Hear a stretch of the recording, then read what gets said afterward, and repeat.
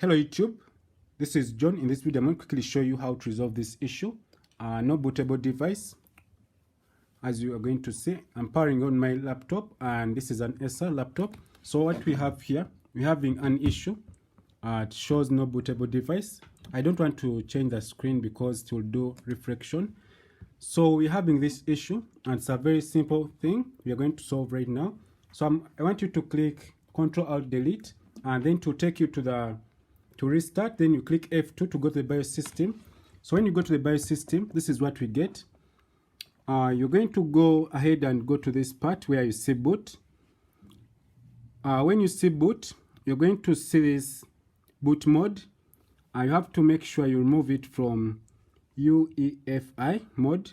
Then you go to Legacy so that you can have freedom of changing to any Windows. So what we have here, actually we are done, and I'm going to just go ahead and click F10 and save changes. Then the computer will restart, but when it restarts I have to put my screen down so that we don't get the reflection.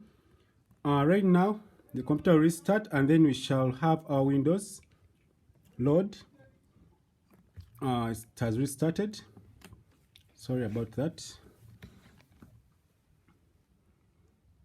So we're going to wait for it and then to start loading the Windows files. And in your case here, to start repairing for any errors, but in our case here, we have to just wait. I'm going to stop from here. Have a nice time.